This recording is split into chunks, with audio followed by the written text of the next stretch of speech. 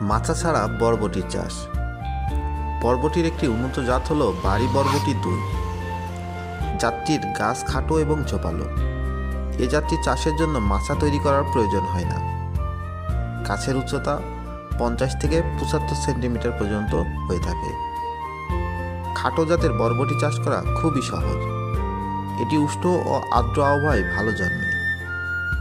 বীজ বপন করে এবং চারা রোপণ করে খাটো জাতের এ বরবটি চাষ করা যায়। বীজ বপন করার জন্য প্রথমে একটি উপযুক্ত জমি নির্বাচন করে জমিটি ভালোভাবে পরিষ্কার করে প্রস্তুত করে নিতে হবে। তারপর বীজগুলোকে সারি করে বপন করতে হবে। খাটো জাতের এ বরবটির বৈশিষ্ট্য সম্পর্কে জেনে নেওয়া যাক।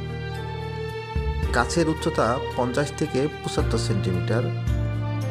প্রতি গাছে ফলের সংখ্যা 30 থেকে 32টি। ফলের গড় ওজন 13 থেকে 14 গ্রাম। প্রতি হেক্টরে 17 থেকে 18 টন ফলন পাওয়া যায় এবং এ জাতের জীবনকাল মাত্র 60 থেকে 70 দিন। মার্চ এপ্রিল মাসে বপন করার উপযুক্ত সময় এবং হেক্টর প্রতি 7 থেকে 8 কেজি বীজের প্রয়োজন হয়।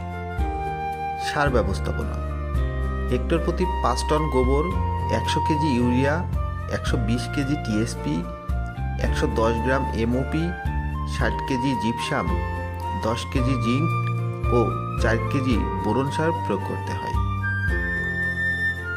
সম্পূর্ণ গোবর, টিএসপি, জিপসাম, জিঙ্ক ও বোরিক অ্যাসিড এবং অর্ধেক ইউরিয়া ও ভার্মি সার জমির শেষ চাষের সময় ভালোভাবে মিশিয়ে দিতে হবে। অবশিষ্ট অর্ধেক ইউরিয়া বীজ গজানোর 15 এবং 30 দিন পর পর ছিটিয়ে দিতে হবে। জুন জুলাই মাসে ফসল সংগ্রহ করা যায়।